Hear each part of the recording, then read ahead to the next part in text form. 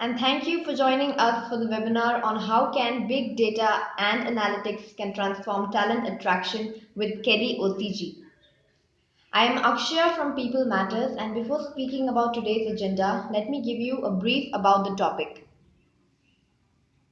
The emergence of the internet, social media networks, and recruitment technologies has massively changed how companies attract talent.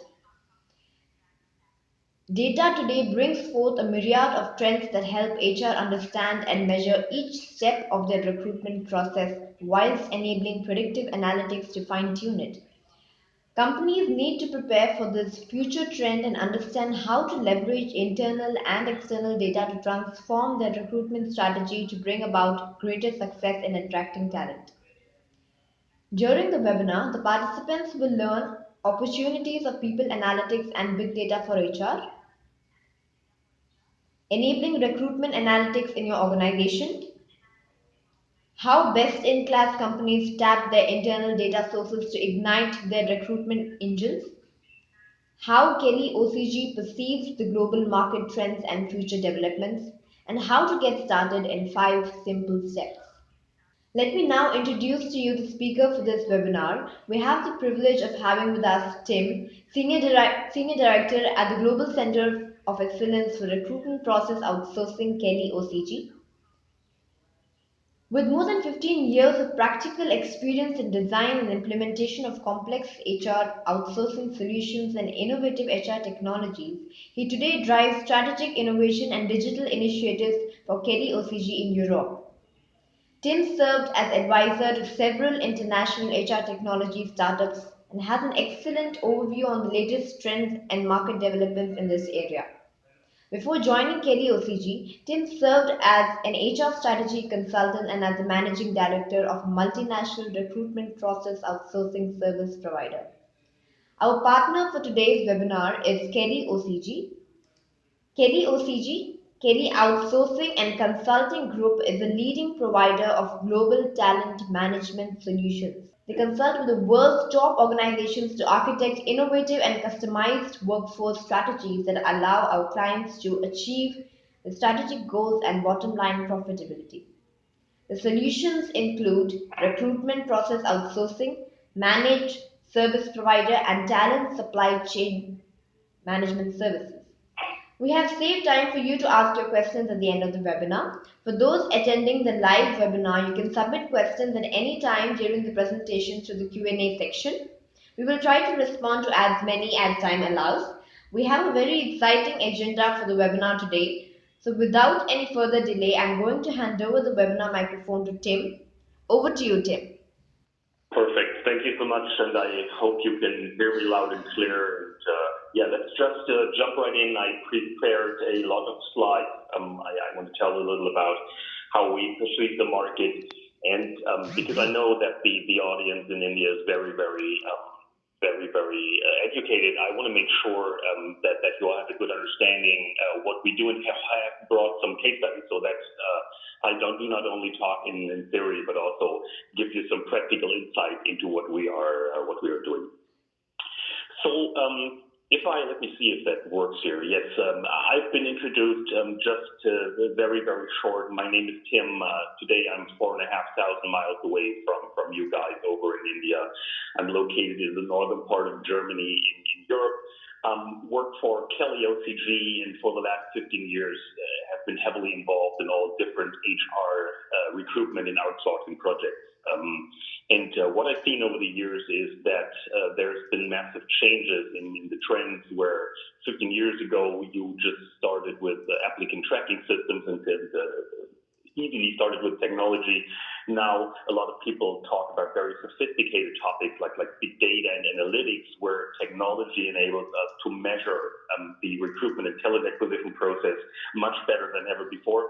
And therefore, there's been a massive change. And in the company, Kelly OCG, it's important to stay ahead of the curve and really understand what's going on in the market then. So about Kelly OCG, you've seen the slides before, and People Matters thankfully introduced us. We're an outsourcing company that specializes and focuses on HR outsourcing. So we have customers all over the world, a global provider, provide different services in the talent acquisition space, managing contingent labor. We do a lot of human capital consulting, but also executive search. And so like a 360-degree offering for our customers. So let's just jump right in, and I wanted to share with you what I would like to cover in this webinar today, because it's very important that we start up with some basics so that everybody, even the attendees who are not so deeply into the analytics piece, understand what people analytics is all about and how to utilize it for talent acquisition. And I just want to give a brief introduction to talent acquisition analytics, how we perceive that as Kelly OCG. I want to talk about relevant definitions and terms very, very briefly so that we all have the same understanding. I want to talk about the benefits of implementing recruitment analytics or talent acquisition analytics for your company. Then I'll move over to the available data sources. So what can HR do, and what kind of data does HR have available? In that section, I'll also cover and show some screenshots of some very interesting vendors and startups that I work with that really tackle the big data issue. So combine a lot of different data sources, including external data, to produce some very, very interesting results and have some very sophisticated tools. Towards the end of the webinar, we will talk about visualization, which is, when it comes to analytics, a very important thing. And I brought you two short case studies where you can actually see how I have applied that in the past and what then was the result. So, and visualization is a very, very important thing about data and analytics. So we'll talk about that. I get some basic advice how to get started in 5 simple steps. So if you do not have a very sophisticated talent analytics function in your organization and just want to start up with some business problem and maybe Microsoft Excel, what's the right thing to do and how to approach it? Okay, let's just jump right in then.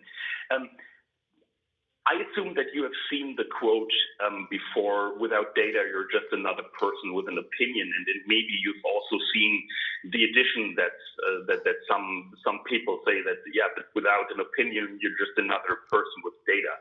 And I tell you why this is very true when it comes to people analytics. But the most important thing why people analytics and talent acquisition analytics have been in the news and been discussed for so long is that very often, and HR is notoriously known for that in the industry. We do a lot of decisions out of a gut feeling because we have experience, it's our personal opinion that we should do this and we should not do that. And because there's like much more technology available and much more data for HR, we have a much better way to make decisions now. And this is what this is all about, so that we, in the analytics part, it's important to understand that we now can prove our gut feeling and our opinions and basically use data to better understand what's happening. So if I come in from the top, and this is like the macro view, we perceive 7 core areas of people analytics. People analytics is analyzing the entire HR administration, the entire area, or basically the entire employee life cycle. You can say hire to retire as an example. And what we see where a lot of discussion has been going on in the market, and a lot of technology vendors came into play, is these seven core pillars, so to speak. And a lot of companies think about workforce planning analytics. So how can I plan the workforce and the talent that I need in the future ahead before people leave, maybe even. Second column then is the talent sourcing analytics, which is very important because nowadays we talk more often about how do we get people into the recruitment funnel, and not so much how can we optimize the recruitment funnel. So talent sourcing analytics, where do I get talent from, preferably in the internet, is very important. Third pillar is talent acquisition and hiring analytics. That's basically what's done out of the ATS. So when you have a technology that where people need to apply, and you can measure the different steps and the different ratios within the recruitment funnel in your ATS, that's the companies to work on. Next thing, onboarding and engagement analytics. It's about like what happens when people come in the organization. Are they engaged? Are they not engaged? What's the correlation between performance and pay? How can we make sure people stay? Are there certain patterns why people leave the company within the first 90 days? That would fall in that pillar there. Pillar number 5, employee lifetime value and performance management analytics. Is about the overall impact an employee has, and also the pay rate and how does that correlate with the performance. Number 6 is about talent attrition and then retention analytics. I talked about that already, focusing especially on the topics of what drives people to leave your organization or what drives people to stay in your organization. And then the 7th thing, which is I think not so much well known, but will become more and more important, especially in Western economies, in Europe and in the US, about employee wellness, about health and safety. So do people do enough? For example, do they move during the hours? Do they work too long? Is there a correlation between working hours and sick days? So these are the core areas in the HR space that analytics have started to change drastically over the past month.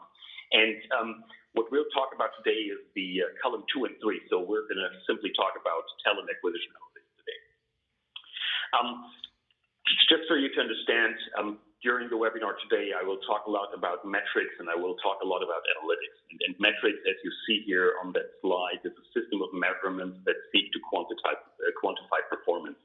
So it's basically the as-is status, whereas analytics is the systematic computational analysis of data or statistics. So this is like far more sophisticated. You cannot use that by pen and paper or by hand, so you need technology to do that.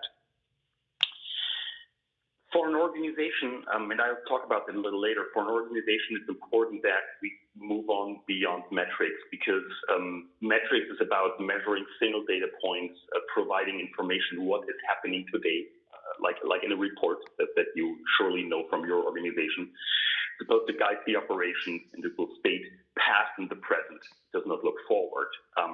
And when you go to the analytics part on the right side of the slide, analytics is about connecting multiple data points. And this is very important. We talk about that a little later. It's not as easy. You have to put some smart thinking into it in order to apply it. You want to provide insights. Why is something happening and not what is happening? You want to drive strategy, and then ultimately you want to state past, present, and also predict the future.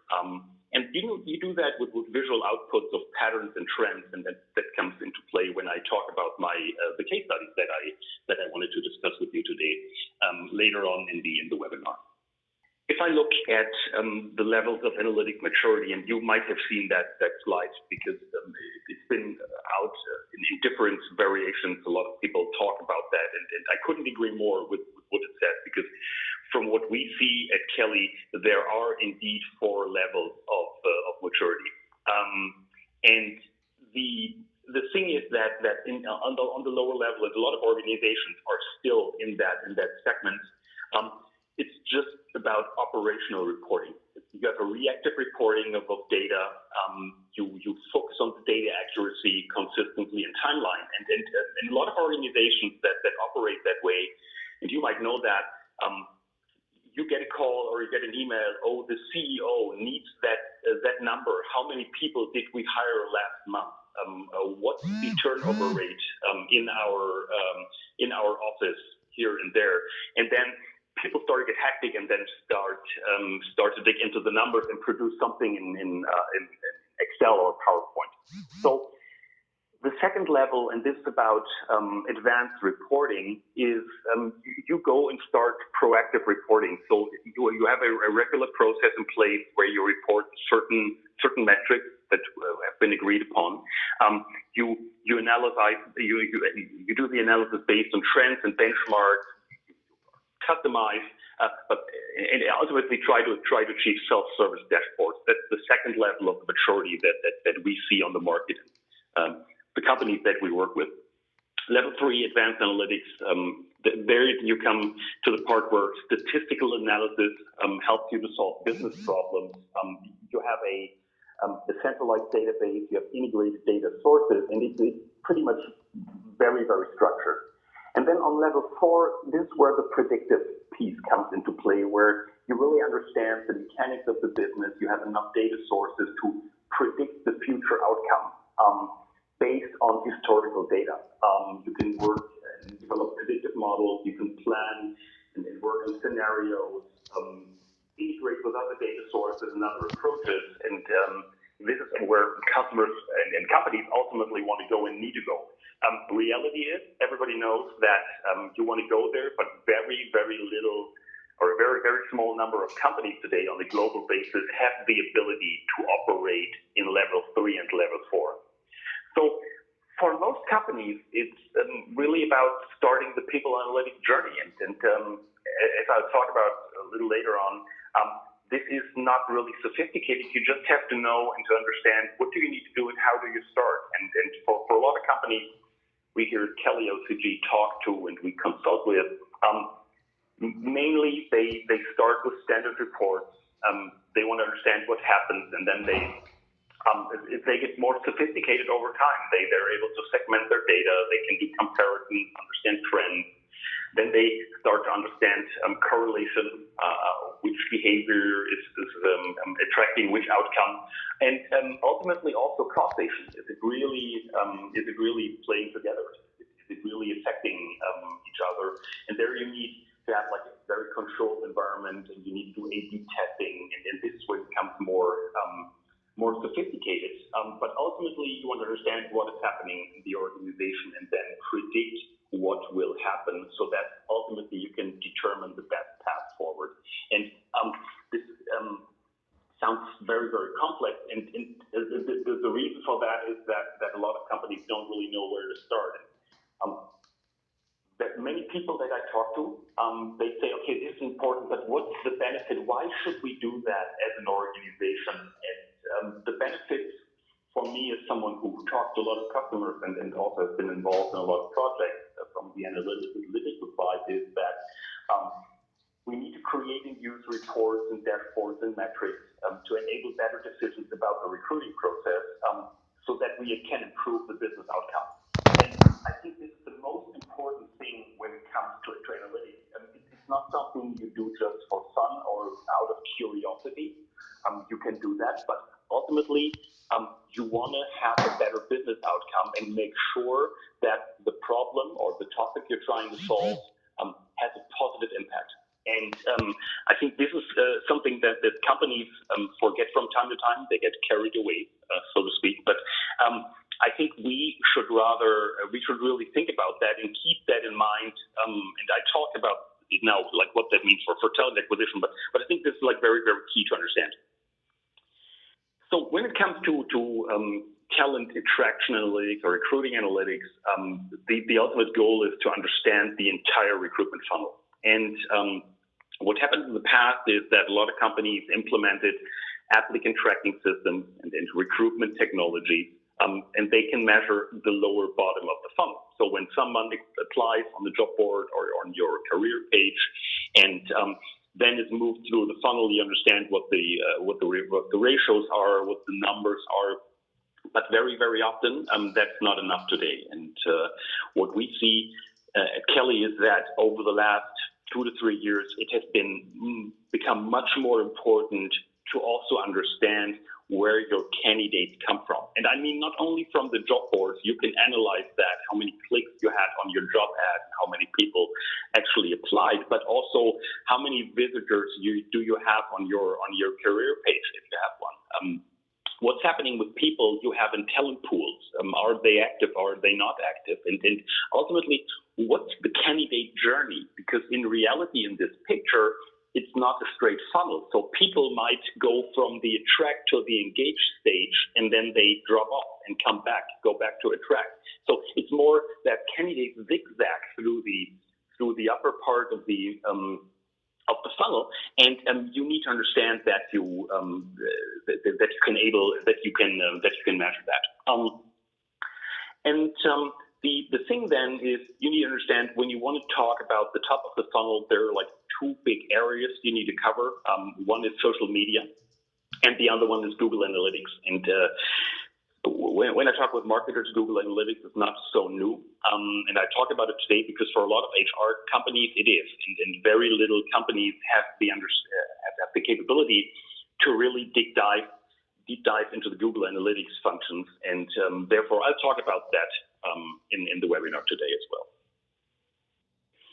So let's talk about some common recruitment metrics. And this is what I meant in the previous slide when I talked about the lower bottom of the funnel.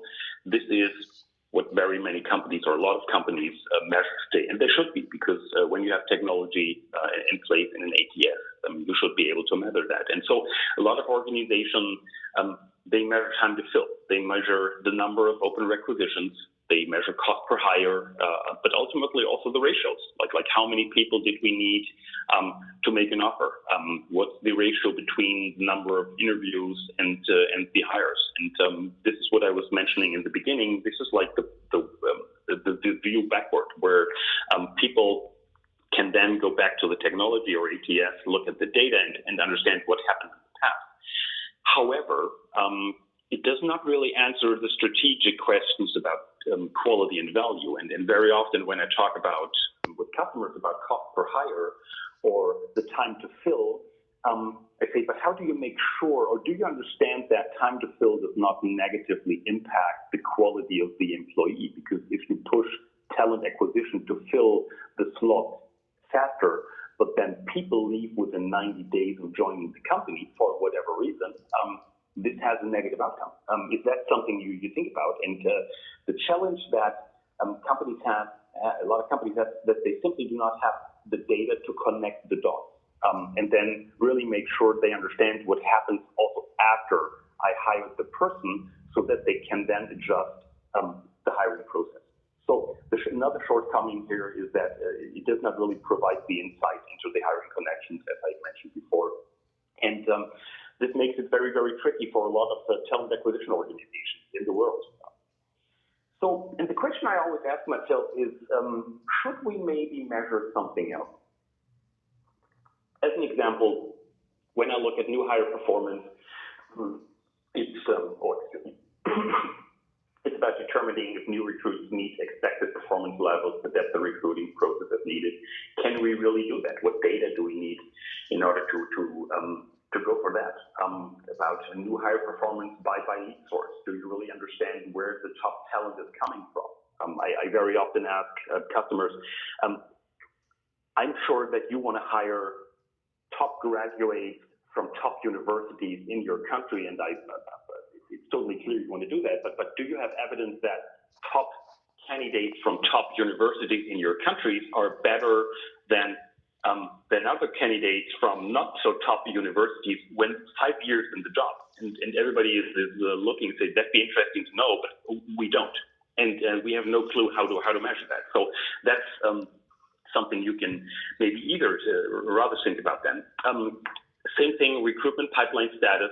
If you understand what's happening within the recruitment funnel and you know that you have a certain ratio, you had a certain ratio in the past and you do not have enough candidates in the funnel to make it through the entire process, what can you do ahead of time to enrich it? When you understand that within 1 week of posting a job ad, you do not have the necessary number of candidates, do you wait until you funnel the other rest through the recruitment process and hope that ultimately the ratios are much better so that you can make the hire out of less candidates, or do you do something else? Do you post additional job posts?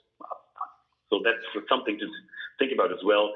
And for a lot of organizations, the employees exiting the organization very early with a tenure with the company is very, very important, and to understand, are there any correlations that reflect that? Because people leaving the organization the first 90 days is very much a cost problem for a lot of organizations, because you invest, you hire, you need postings, you train people, and then when they're ready to go and ready to work productively, they are leaving. So this is something you want to avoid. let's talk a little about the data. And what I see very often in companies that you have corporate data silos. And if you think about your own organization, I hope you're really best in class and ahead of the curve.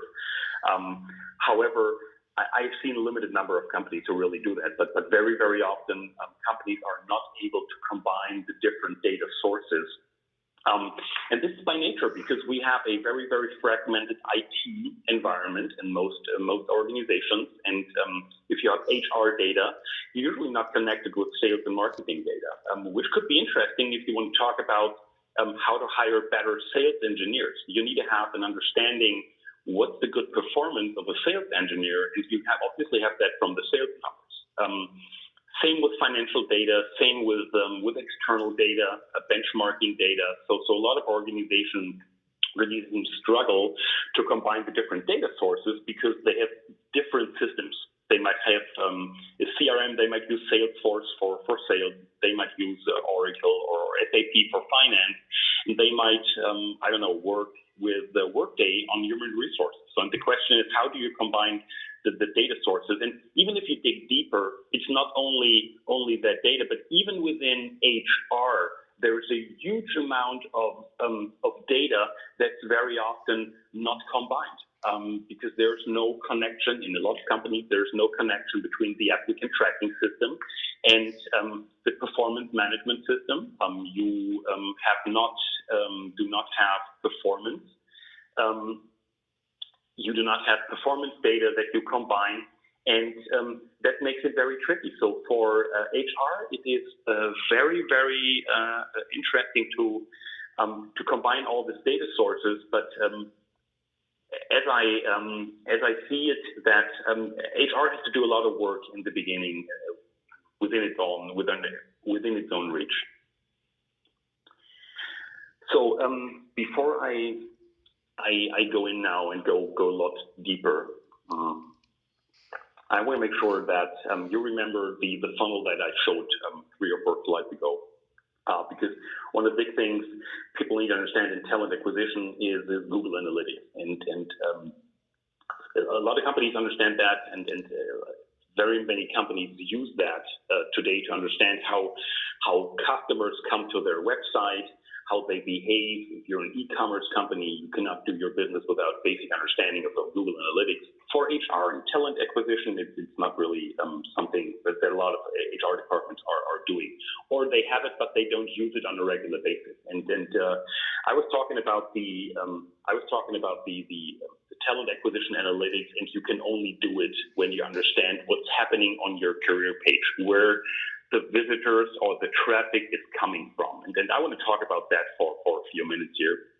And again, Google Analytics is not rocket science, and but still there are some metrics that you should understand in order to have an evidence or a starting point to improve your online presence. And one of the sessions, this is like a random screenshot so that you've seen it should you not work with Google Analytics on a daily basis. But if you look here, right there, there's a bounce rate of 68.5%. And just as an example, for HR, this is always something where I think it's important that we measure that we take a look at that, because the bounce rate means that someone found your homepage, maybe scrolled down the homepage, but he didn't do anything else. He moved on. He bounced back to where he came from, and which is a very interesting thing, because for me, it very often indicates that the content he found was not very interesting. Therefore, it's important for HR and talent acquisition to understand that. I think one of the core things you need to look at, and even that if this is also not rocket science, a lot of companies I talk to, even on a global level, they don't really do that. It's important to understand where do the people in the recruitment funnel, or basically where do the people on my career site come from. So is it do they search for certain keywords? Do they find my homepage because they type something into Google or Bing or any other search engine? Is it social traffic, which is the second point here? So do I have people that I track to my career page from Facebook or from Twitter or any other social network you can think of. Do I have a lot of direct hits? So people who directly entered the domain. Do I have referrals? So people who then come in from other or redirected to my page from other sources. So you can, by example, see there if you drill deeper, how many visitors do I have from Indeed? Do I have how much traffic drives Indian Times job boards to my website? And this is also very important to understand.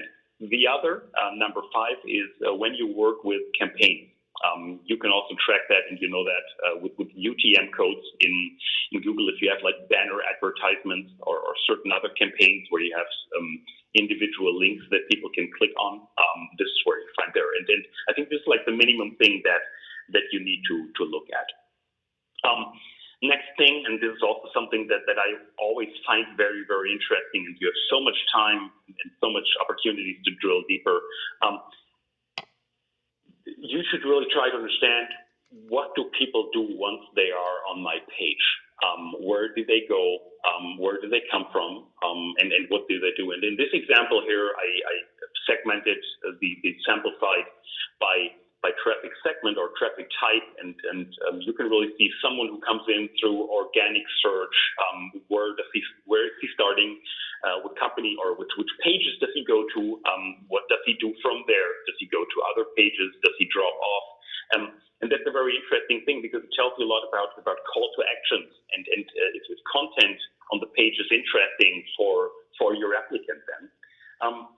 Ultimately, the thing that I find very interesting as well, and that I also try to use, is where do you leave people? What's the drop off piece? So people look at a page and then they close the browser. You can understand that within Google Analytics, and within your talent acquisition analytics strategy, you should really try to understand where do you use your visitors, or maybe even applicants. Do they really go through? And can you change the page so that you keep them on the page longer? So one thing, and I just wanted to share with you, this is a functionality that Google Analytics went live with. I think it was around 3 months ago, and this is what's called the User Explorer. So this might be a little creepy to some people, but what happens is, like, when you have cookies on your website, Google Analytics can use that to identify people, and also identify if someone has been on your website more often. You have the opportunity in the User Explorer, and I highlighted this in green on the left side, to take a look at who is really on the website. So I highly recommend that you take a look at that, because it's very, very, very interesting to see. Because if you drill down deeper, you have the chance to take a look what the person actually did on the site, how long he or she was browsing, what was the acquisition channel, social in this example. You can see what kind of device did the person use, which was the desktop here, and you can really see how long did the person stay on my page, and how long did he or she look at certain pages. So from the talent acquisition perspective, if you have your jobs on your homepage and you're able to measure that, you know exactly what's happening before an applicant actually clicks the apply button.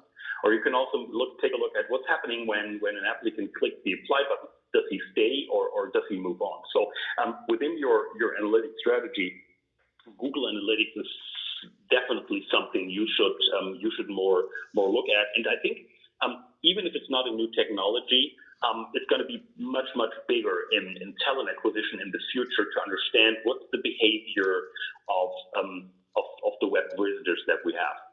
And just it's funny, because I was preparing for the webinar, and then I read an article in TechCrunch the same day, and what I see, and this totally reflects with what my observation is on the global market. I see that there are more and more vendors and also startups that go in that direction, because Google Analytics is good for the inexperienced user. It can be very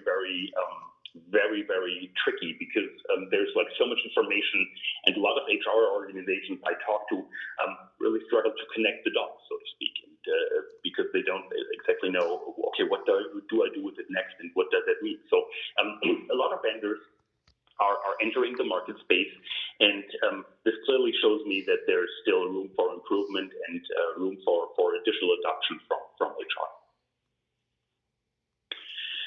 So if I just summarize that very, very quickly, and this is like the minimum must-have, I would recommend to pull regularly from Google Analytics and to discuss within your talent acquisition function. I'd say you need to understand which devices people are using to visit your career pages. I think this is like one of the most important things. Do people visit from mobile? Do visit people from desktop? Do visit people from tablet? Because it gives you a chance to modify the content accordingly. If you have long text on your website, on your career website, and the majority of the people are visiting your website from a mobile device, it's going to be very tricky for them. The same if you do not have a responsive website, but that's very, very clear basics. I get that. Primary source of topic we discussed about, is it organic traffic that I have, social traffic, direct traffic? What's the most important traffic source for me as a talent acquisition organization? Point 3, time spent on career-related pages. It's the same, like how long do candidates or possible applicants stay with my page? But then also visitor behavior. What do people do when I have them on my career page or my company page? Can I really transform them into an applicant? What kind of pages do they look at? So I think this is very important because like in the internet, the competition is only one click away, and therefore you really want to understand where do you lose the visitor, and then maybe experiment a little. How can you make sure, or what can you change so that people stick around longer? So let's quickly talk about social media data, which is like the other big source for talent acquisition. And I don't want to talk about measuring Facebook likes and engagement and how often people share and comment. So that's not something I talk about because I'm aware that you totally understand that. But in general, social data has disrupted HR and recruitment. This is like more true than ever. And what a lot of people don't understand is that there, from a company perspective, there's a lot of opportunity to procure data nowadays. And therefore, it's important to understand that a lot of the social data that all of us produce on Twitter, on LinkedIn, on WhatsApp nowadays, and other social media channels, these are actually packaged and then from time to time even resold by other vendors. So, and this is just a small number of companies that package and sell huge volumes of data. And as a talent acquisition organization, you really do not have the opportunity and the technology to do something with it. Just as an example, you can get access to a product that's called the Twitter Fire Hose, where you can get access to all the tweets on the world from the last 8 years. So this is a huge amount of data, and you cannot really do something even if you have access to that data source by just filling the data into Excel and then trying to experiment with it. This is like where big data comes into play. For the normal organization, this is where it ends and where you need external providers. And I just wanted to bring a few very, very short, because I'm aware of the time, very short examples here, because there are a lot of new startups and new technology providers who specialize on looking at social media data to improve the hiring process or the talent acquisition process. So, and I brought an example today, a company that I work with, a German startup, and what they do is they browse the internet and they analyze publicly available data from social media. And that's not only Google Plus or Twitter or Facebook, but also niche sites where maybe scientists meet or where IT professionals meet, coders meet. And they put that all together, analyze the data, and then basically put it together. And let me just show you a few screen shares, slides here. And then Talent Wonder, as I mentioned, startup from Berlin. I recommend that you take a look at their homepage. A young company, very smart, and they have a collaboration with IBM where they utilize the Watson technology, which is like a very, very heavy data processing capabilities. And what Talent Wonder offers is a search engine for talent. And just as an example, in preparation for the webinar, I said, hey, let's look at if I can find a Java developer in Bangalore. I'm sure there must be one or two. And then you have the opportunity to move further, can say, okay, what kind of job experience does he want to have? What kind of languages does he need? How long has he been working? Is he a freelancer? Is he a consultant? So many options to configure that. And then ultimately also say, I want to have certain networks included or excluded. And then the technology does the search because it browses through 1.6 billion data sets of publicly available social media data. So in this experience here, this is one of the results that I can then look at. And obviously I did I changed the picture because it's live, but what you see here is that the technology then filters out the people, condenses it so that I can see, okay, this is the person, I understand what his Twitter profile is, what the LinkedIn profile is, what the Google Plus page might be. And then on the top hand right, you see, based on the available data set, they're able to calculate the probability that this person will change the job, or the probability that this person is mobile and will move to another city for the job. Just by looking at certain data points, has that person moved before, or the change probability, has that person been in the job 2 years or longer, just as an example. So this is just an example where you can utilize technology to move further ahead and also use additional vendors to process huge amounts of social media data, which you cannot do in-house. So just as an example, this is a technology we at Kelly use for the talent acquisition process to identify passive candidates that we then can approach on behalf of our customers. Another thing, and I'm moving towards the end of my presentation now, another thing that I just quickly wanted to share is a startup from the US called Javarate, and what they do is they also measure publicly available data of candidates or companies, and then also calculate the score of the change probability. Therefore, they have the opportunity to analyze the data. They can assess what kind of points they have. They can assess change in the behavior of the individual, score that, and ultimately then have the chance to combine the data on the company level. But even if you want to drill deeper, you have to understand the amount of people in your talent pool, or maybe even in your company, that are very likely to leave. So this is like a retention thing you can use. And if the score is in the red section, as you see here on the right side, then you see that these are people that you can focus on when it comes to your retention strategy. Or if you follow the competition, this is people that you might want to approach if they want to work for you. So just another screenshot here, and I'm done in a minute with that. But just to give you the understanding how this could look and how you can measure human behavior based on social media data. And this is something that a lot of companies don't know and they're not aware of, and it completely is up to you to understand how can I use that for my own organization, and really does it make sense to do these things. So let me come to the last step, because I see that we have a lot of questions and we only have like 15 minutes left, but I still wanted to share the case study with you guys. And just two quick examples, and then how I approach real life problems. So usually it starts, any analytics exercise in the talent acquisition space starts with a business question. So what's the problem or the burning issue you want to solve? You usually start with a hypothesis. This is what I was saying in the beginning in the first slide, when I said without an opinion, you're just another person with data. You need to start with an hypothesis, otherwise you get lost in the available data that you have. Then you need to find out which data do I have access to. You need to do the analysis. You ideally get the insight. You make the recommendation. You need to have a good storytelling in place so people understand why it's important to follow the recommendations, and then you manage the change. That's the approach that I try to use in the project that I've done.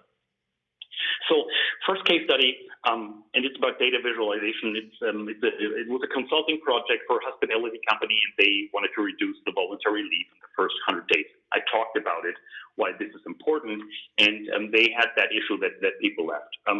So the challenge from a consulting perspective, Kelly, then was that we couldn't talk to the local stakeholders. It was a global project, and we only had data available, so it was a pure data analysis exercise.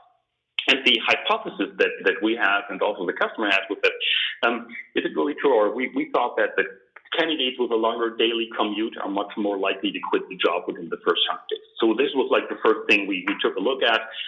We had customer data from the applicant tracking system, but also from the HRIS system. And we used simple BI analytics tools plus Excel. So not really rocket science. But what we did and find out then by looking at the people during a certain time span who has left the company within the first 100 days, that indeed there was a correlation between the tenure, like how long do they commute in the morning, and basically the distance, and like how long they stay with the company. And you can do that in Excel as well. It's a very, very basic regression analysis. And what becomes clear is that if people are living closer to the workplace, the probability that they leave within 100 days is much smaller. Again, not rocket science, but before that, it was just a gut feeling, it's just an opinion. And ultimately, in this project, we wanted to make sure that we also exclude another or additional topics, because as an example, you want to exclude that maybe the people on the left hand, they leave the company because they have a bad manager. So you need to take that into account, and then also make sure that you exclude this probability, because in this point it's important to understand that correlation does not automatically mean causality. So as I said, just a very basic example of how to visualize a topic and then go on from the exploration perspective. Next example, I brought that with me today to show that simple paper analysis or regression analysis way of visualizing things sometimes not enough. And with this customer, we had the same context where we basically were looking for indicators if we can improve the hiring process by excluding people without their own car, because the assumption was that people without a car are not able to work are not able to work during shift hours in the morning. So what we did, just a different way of visualization, took ATS data.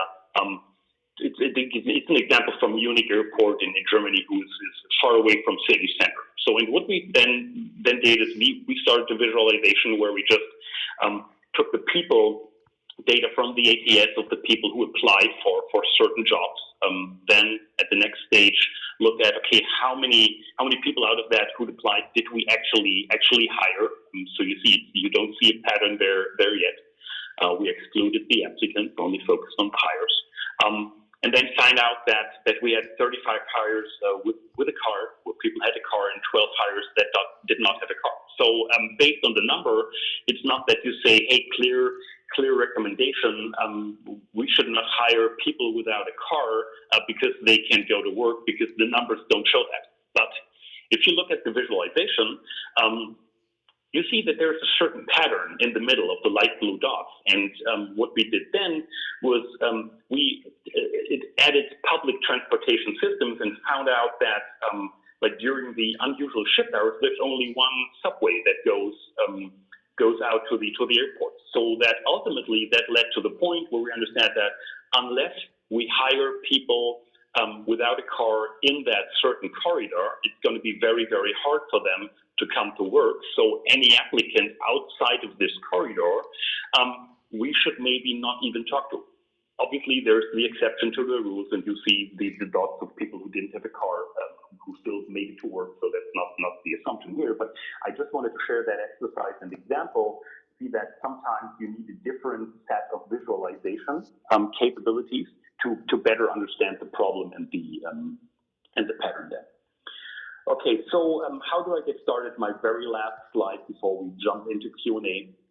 I think people analytics, as I mentioned, it's not rocket science. So if you want to start, you need to understand what kind of data do I have available, and as I mentioned, and I see that some of the questions that we will answer like is about like how can we don't have access to the data, we don't know exactly how to approach that, we don't have the technology to analyze that. I think the majority of the companies who have not been active in the analytical part before, they can use Excel. So if you have Excel, you can do it. There is no excuse. You can move ahead. You can start with. And available data, I wouldn't worry too much about the amount of data and the quality of data. In the US, people always talk about analysis paralysis, where you have to try to make it perfect and you want to get all the data that you have. And we're not living in a perfect world. So take what you have, develop the hypothesis, and go for it. Focus on the most burning issues. Take available data, learn from it, and then design the HR interaction. So really take a look, what kind of problem can you tackle, and then continue to do it. Track progress, measure effects, and then grow. Start from zero, maybe even, but then learn and then keep onto it, and then not just be reactive. I think that's the recommendation I would make. So you can start very, very simple. If you do not have a sophisticated analysis platform in your organization, you need Excel, and you need to have some basic ideas, and then try to explore. So that's basically it. And in the interest of time, I cut this slide short so that we at least can answer one or two or three questions. I promise you that should we not be able to answer all the questions, I will follow up, and we will reach out to you best possible. Team from People Matters. I think it should be. Thank you so much, Tim, for sharing such a fantastic piece of information with all of us. I'm pretty sure everyone will have a better idea about big data and analytics now. Without further delay, I have plenty of questions from the participants. So let's move on to the first question from Shekhar. How to improve the relevance and actionability of talent analytics data to drive competitive advantage? Okay, sorry, I just lost you. Can you just repeat the question, maybe? That would be nice. No worries, no worries. First question from Shekhar. How to improve the relevance and actionability of talent analytics data to drive competitive advantage? That's an excellent question, and I think nowadays I talk a lot about when I talk to companies about segmentation. So really understanding what is your target group looking for, and the understanding that you have of your target group has also changed in the past. So in the past, you say, hey, I want to hire people. I go to a job board and I hire people, apply, and then that's it. What I see on the marketplace is that now you have to dig much deeper, and you need to have, if you want to have top world-class talent acquisition strategy, you need to focus on the different target groups and segments. So you need to interact differently with freshers than you want to interact with the seasoned professionals.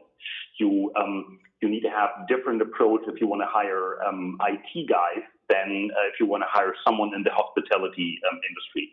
So my clear recommendation is to use the analytics to understand the behavior of the target group, and then be able to approach them more directly. And this is, for me, a clear game changer and differentiator. So you can really, I mean, nowadays this is like the better talent you have access to, the better your market position is. And I mean, this is like one of the reasons why, if you look at the polls, what companies do people and graduates want to work for, it's mainly the big brands. And this is because they have a good branding, they have interesting projects. But besides from that, there's a huge number of companies who do not have the branding. So you want to make sure you understand what's happening, and you hire faster and better people. I think that's the core game changer and differentiator where you have a competitive advantage there. Thank you, Tim. I'm sure that would have answered Shekhar's question. We have another one from the same person. What are the steps for a scalable approach to strategically investing in and improving talent analytics?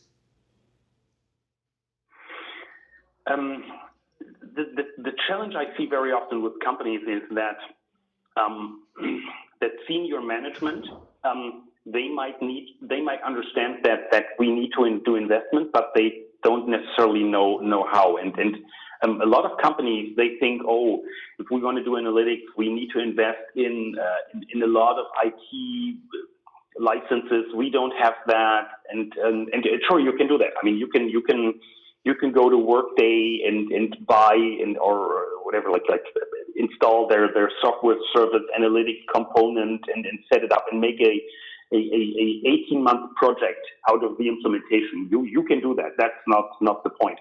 What I very often see is that people then don't know how to use it. Just as an example, I mean, it's like I'm sure all of you use Microsoft products, and I gave up understanding all the opportunities and possibilities that Microsoft Word has for me. I maybe use 20% of the options that the software offers, and therefore it's actually too big for me. So my clear recommendation is start small, use Excel. Don't laugh when I say use Excel, because you can really do a lot with that. And then start to generate a business case. And then you have proof that you could, I don't know, improve the ratio interview to hire from 3 to 1 to 2 to 1, or you could reduce the spend of job boards because you understand that certain candidates you cannot reach on a certain job board. So let's just eliminate that spend and I don't know, save 20% of the job board spend. I mean, this is like the big things or the easy things you can start up. But they have a business impact, and they showcase that focusing on analytics and using that actually has the business outcome. So I think that's very, very important that we showcase that we don't do that for fun, but we can support the business decision with that. Sure, sure. We have Dhawal, who is very curious to know what does ATS mean? What is ATS?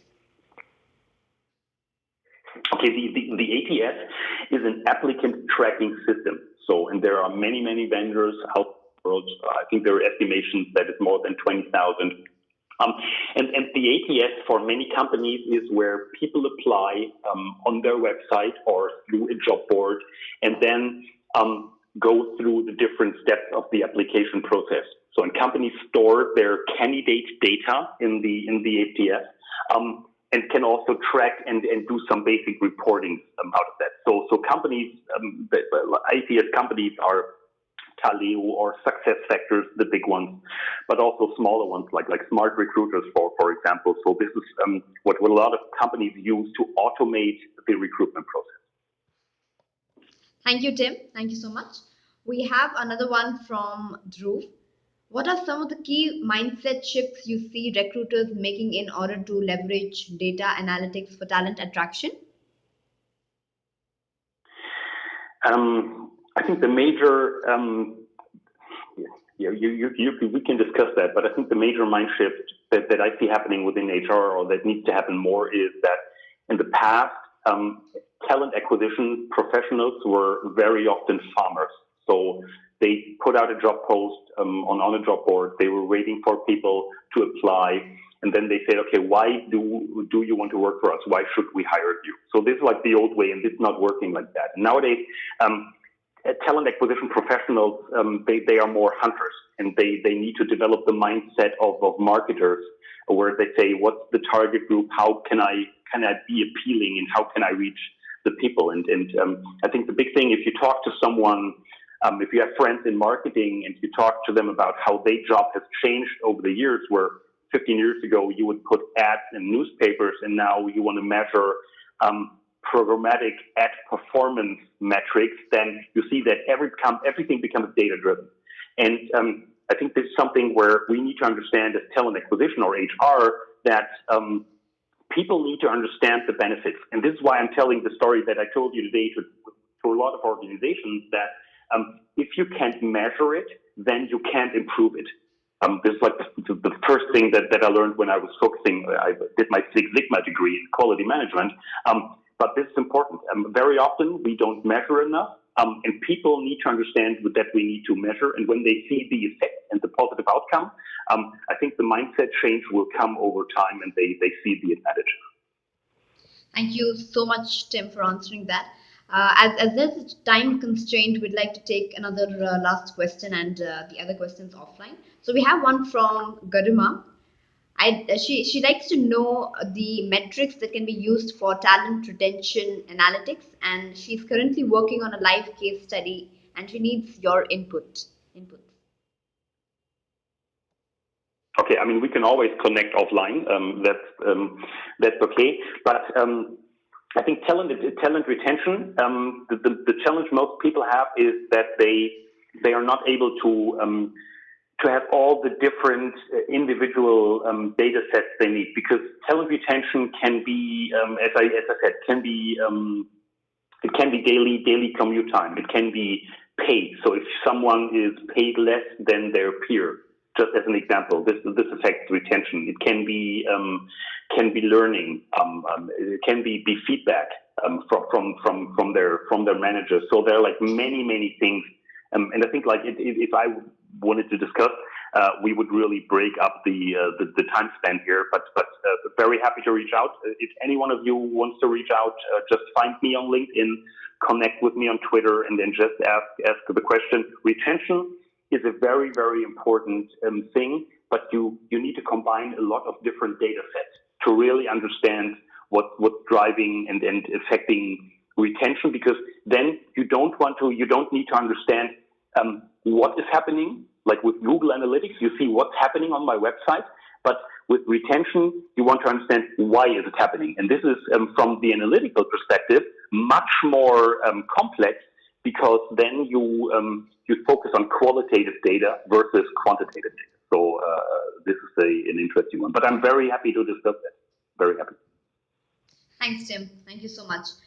With this, we're going to wrap up today's Q&A session, and we'll take the other questions offline. Once again, we'd like to thank today's webinar partner, Kelly OCG. Also, our special thanks to our speaker, Tim, for this webinar and excellent information that they had shared with us today. And I'd like to thank everybody in the webinar audience for participating in today's presentation. We will come back to you with many more such sessions. That concludes today's webcast. Thank you and have a good day. Thank you.